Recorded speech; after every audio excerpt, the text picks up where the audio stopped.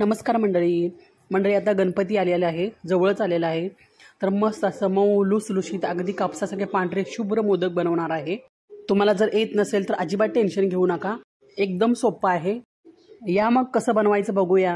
आता मापाचं म्हणाल तर तुमच्या अंदाजाने कमी जास्त घेतलं तरी चालेल. मी इथे मोठ्या वाटीने 1 वाटी दूध घेतलेलं आहे, त्यात थोडंसंच अर्धी वाटीपेक्षा पाणी टाकलेलं आहे कमी, आणि दूध गरम करायला ठेवलं.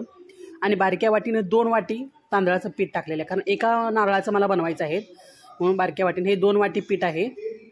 आता सध्याला मी काय टाकलं, फक्त दूध उकळल्यानंतर 1 चमचाभर तूप टाकलं होतं आणि दूध उकळल्यानंतर त्यात पीठ कालवून घेतलं आणि गॅस बंद करून झाकून ठेवलं 15-20 मिनटं असंच. तोपर्यंत म्हटलं थंड होईसपर्यंत नारळ फोडून घेतला, त्याचे तुकडे करून घेतले, काप करून घेतले. म्हटलं मिक्सरला लावता येते. पीठ थंड होईसपर्यंत दुसरी तयारी करायला लागते की नाही सांगा. पटपट तयारी करून काप करून घेतले, खोबरं चिरून घेतलं, गूळ किसून घेतला किंवा चिरून घेतला तरी चालेल. मी चिरून घेतलेला आहे पातळ असा. आणि खोबरं आता हे बारीक करून घ्यायचं आहे. मिक्सरला बारीक केलं तरी चालेल, बारीकच करायचं आहे, त्यामध्ये काहीसुद्धा टाकायचं नाही आहे. तुम्हाला जर मिक्सरमध्ये बारीक होत नसेल ठेंबर दूध टाकलं तरी चालेल, पण मी काय टाकलेलं नाही आहे कारण झालं माझं बारीक. बारक्या भांड्यामध्ये केल्यामुळं पटकन बारीक झालेलं आहे. आता काजू बदाम तुमच्या आवडीप्रमाणे घ्या. मी थोडे 10-15 काजू आणि 10-15 बदाम घेतलेले आहेत. आबडधोबड तेही बारीक करून घेतलेलं आहे मिक्सरमध्ये. आता थोडंसं फ्रायपॅनमध्ये तूप टाकलेलं आहे, ते तुपामध्ये चारोळी टाकली आहे. चारोळी चांगली थोडीशी खवट लागते कधी चारोळी, म्हणून थोडंसं भाजून घ्यायची. चारोळी भाजून झाल्यानंतर मग आपण बारीक केलेलं खोबरं आणि काजू बदाम ते टाकलेलं आहे. आता ते चांगलं 5 ते 7 मिनटं बारीक गॅस करूनच भाजायचं आहे, थोडासा कलर बदलेसपर्यंत. चवीला छान लागतं.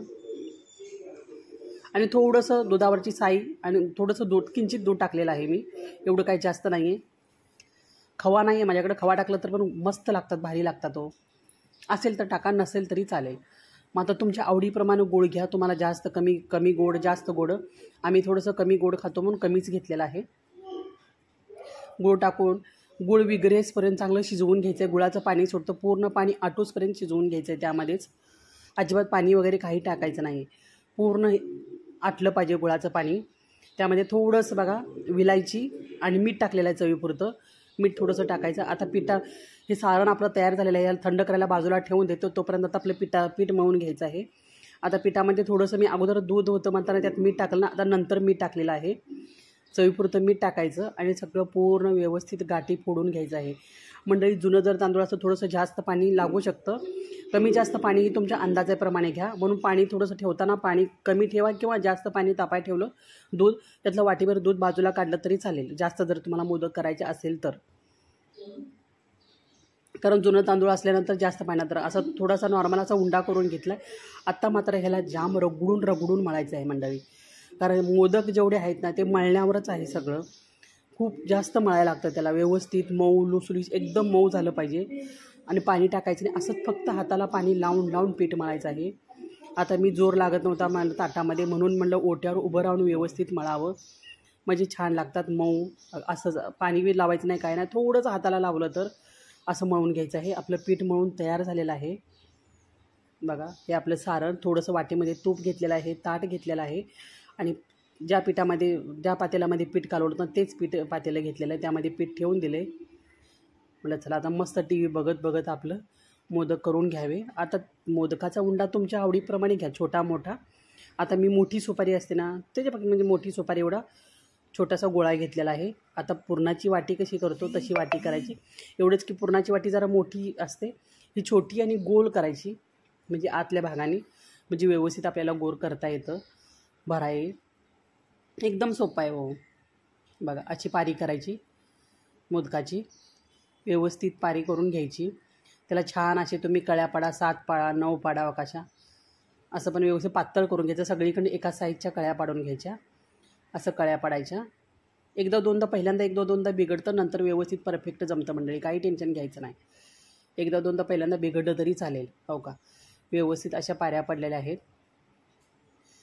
मी आपलं 7 पाऱ्या केल्या, म्हटलं छोटेच करावं, 21 तर होतात का बघावं म्हणून. मग असं तुमच्या आवडीप्रमाणे कमी जास्त भरा, चांगलं दाबून भरायचं, बसतंय तेवढं.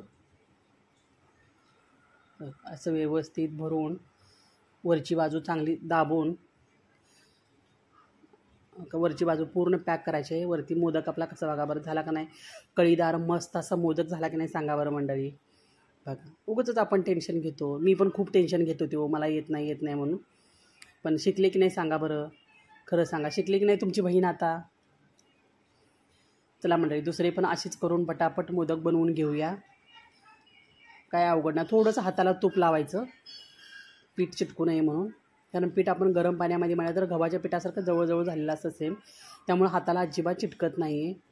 आणि एवढे बारीक पीठ थोडंसं म्हणजे भाकरीच्या पिठापेक्षा थोडंसं घट्ट मळा, एकदम पातळ नको. म्हणजे असं भाकरीचं पीठ थोडंसं जर आपण हातानं पसरतो, त्यामुळं आम्ही हाताने भाकरी थापतो त्यामुळे थोडंसं पातळ असतं. लाटून जर थापत असं तर जाड ठेवलं तरी चालेल घट्ट. त्यामुळे मोदकाचं पीठ हे थोडंसं घट्ट असलं पाहिजे. बघा सगळे मोदक बनवून झालेले आहे. त्यावर आता तुमच्याकडे केसर असेल तर केसरवरती प्रत्येक मोदकावरती केसर चिटकवलेलं आहे.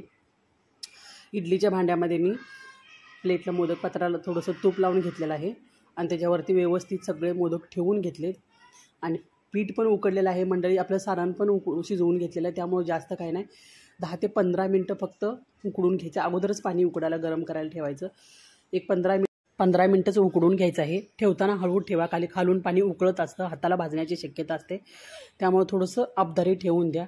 आपले 15 मिनटं झालेले बघा, गॅस बंद केलेला आहे, गरम गरम आहे. वाफ बघा कशी यायला आल्या, असला भारी वास सुटला आहे ना, मस्त खमंग असं.